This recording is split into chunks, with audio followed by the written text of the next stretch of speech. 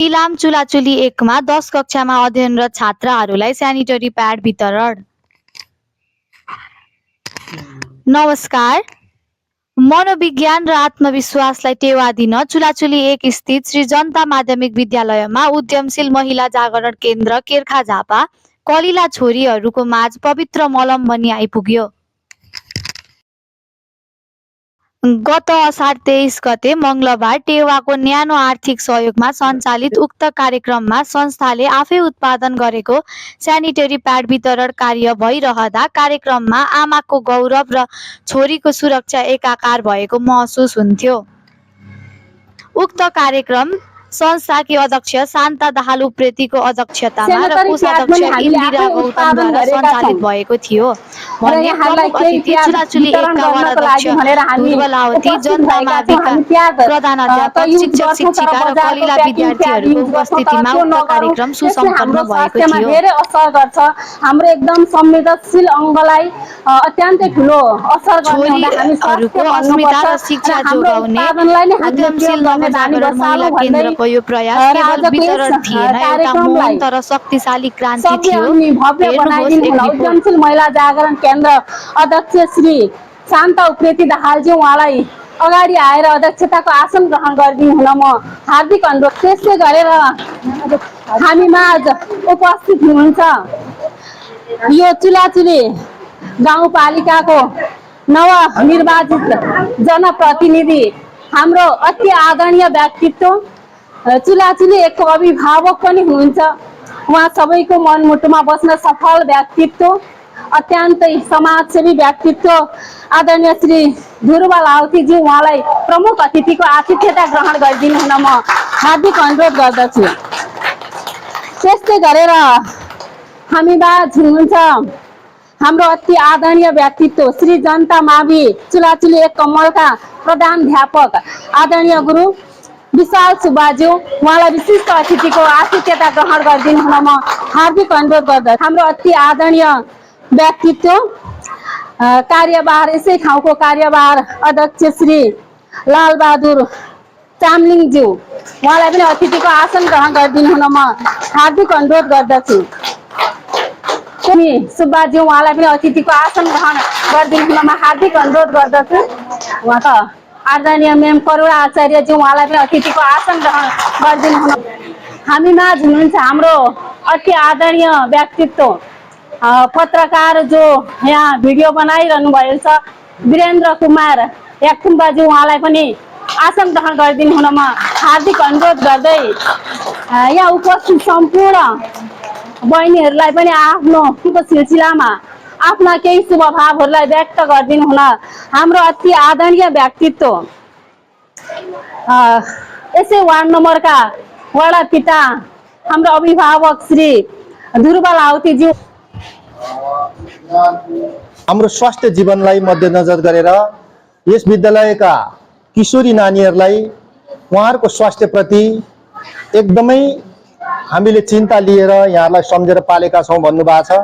वास्तवमै हो, हाम्रो स्वास्थ्य नै धन हो, स्वास्थ्य जीवन नै धन हो, स्वास्थ्य जीवन नै शिक्षा हो। हामीले शिक्षा मात्रै हासिल गरेर पनि हुँदैन, जीवनलाई कसरी स्वास्थ्य राख्ने, हाम्रो महत्त्वपूर्ण अङ्गहरूलाई कसरी स्वास्थ्य राख्ने भन्ने विषय एकदमै स्वास्थ्य जीवनमा आवश्यक पर्ने कुरा, हाम्रो जीवनमा अति आवश्यक पर्ने कुराहरू, हाम्रो विभिन्न अङ्गहरूलाई स्वास्थ्य राख्नु पर्दछ। त्यो स्वास्थ्य राख्नको लागि हामीले प्रयोग गर्ने सामग्रीहरू पनि स्वास्थ्य हुनुपर्छ। त्यो कुरालाई चाहिँ यहाँहरूले पनि बुझ्नुहुनेछ पक्कै पनि। र तपाईहरू किशोरीहरूलाई नै मध्यनजर गरेर चाहिँ कम्तीमा पनि हाम्रो कमल गाउँपालिकादेखि चाहिँ शान्ता म्यामको टिम, सिङ्गो टिमले चाहिँ उहाँहरूले आफै हातबाट निर्माण गर्नुभएको स्यानिटरी प्याड चाहिँ वितरण गर्न आउनु भएको छ। यो स्यानिटरी प्याडले पक्कै पनि यहाँहरूको आवश्यकतामा पूर्ति हुनेछ र स्वास्थ्यमा पनि सहयोग पुर्याउनेछ भन्ने मैले विश्वास लिएको छु।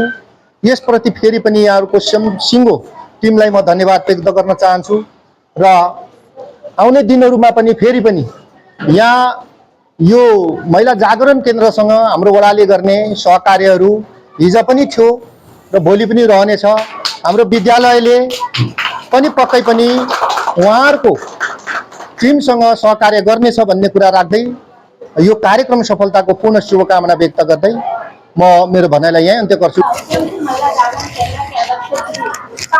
जसरी त्यो सेनेटरी प्याडले सोच्छ त्योभन्दा पनि अझै यसले राम्ररी काम गर्छ।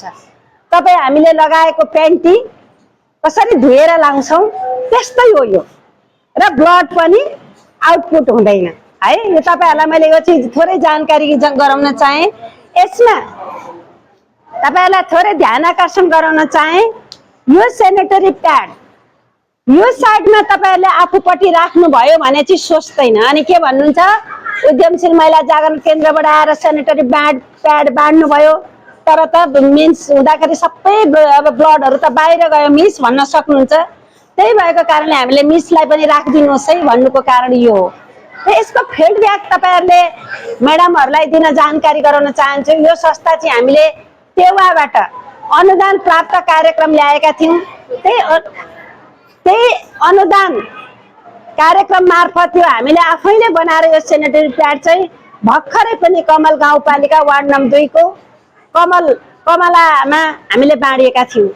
फेरि छनौट गर्नुपर्ने थियो। हामीले कसलाई गर्ने भन्दा जसले हामीलाई बढी सबभन्दा बढी हाम्रो संस्थालाई माया गर्नुभयो त्यहीँ जाउँ भन्ने कुरा आएर फेरि हामी हाम्रो आदरणीय व्यक्तित्व चुलाचुली गाउँपालिका वार्ड नम्बर 1 का वार्ड अध्यक्षज्यूसँग सहकार्य गरेर तपाईँहरूमा हामीले यो स्कुल छनौट गरेका छौँ। र यो सेनेटरी प्याड तपाईँले राम्ररी हेर्नु होला है। जो यो वरिपरि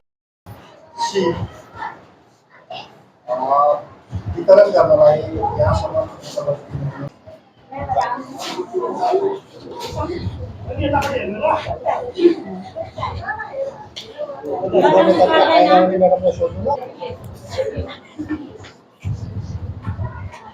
नानी आउ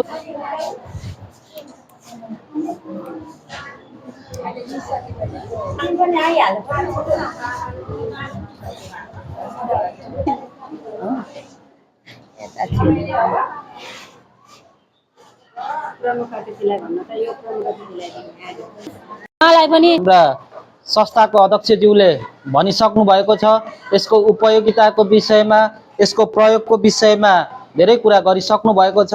उहाँको कुरा अनुसार मैले यो सामग्री हेर्दाखेरि मलाई पनि यो अत्यन्तै बहुउपयोगी लाग्यो।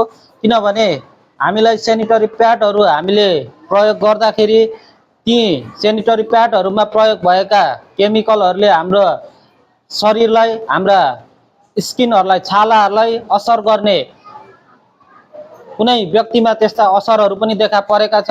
ती समस्याहरूबाट पनि यो सामग्री प्रयोग गर्दा वञ्चित हुने रहेछ भन्ने मैले पनि थाहा पाएँ। र हामीलाई नेपाल सरकारले विद्यार्थी भाइ बहिनीहरूलाई, छात्राहरूलाई विशेष गरेर सेनिटरी प्याड उपलब्ध गराइराख्नु भएको छ। तर त्यो सेनिटरी प्याड चाहिँ कतिपय कुराहरूमा चाहिँ या चुलाचुलीको हकमा त अहिलेसम्म गुणस्तरीय नै प्याडहरू लगभग आएको बुझेका छौँ।